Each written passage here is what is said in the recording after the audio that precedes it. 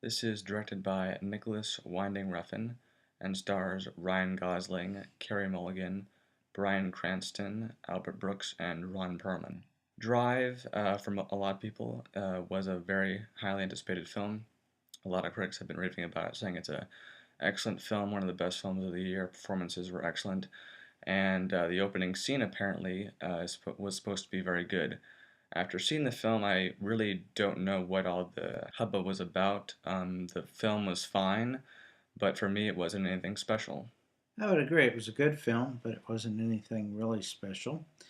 Drive is the story of a young man who is a stunt driver part time, an auto mechanic part time, and a getaway driver part time. He lives in an apartment building and meets a young woman that has a small son and a husband that's about to be released from prison. The story from there goes pretty much where you would expect, and he gets involved with the husband in some things they shouldn't be involved in. Some things go wrong, and ultimately he tries to right everything through revenge.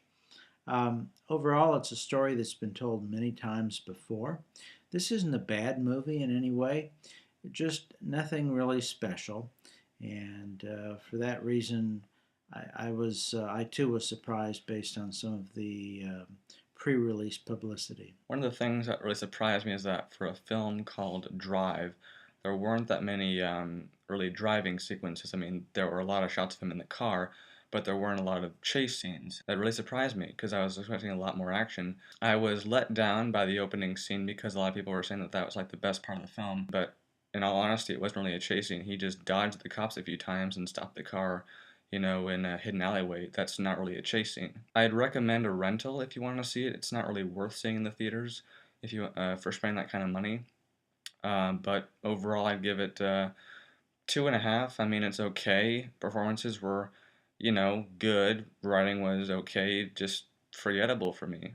I'd probably be a little more generous. I thought the movie was good. I would agree it's probably not one you're going to think about too much the next day, and I would recommend it as a rental. I'd give it 2.5 stars in the theater and say it's probably worth 3 as a rental. And overall, again, a good movie, just nothing really special.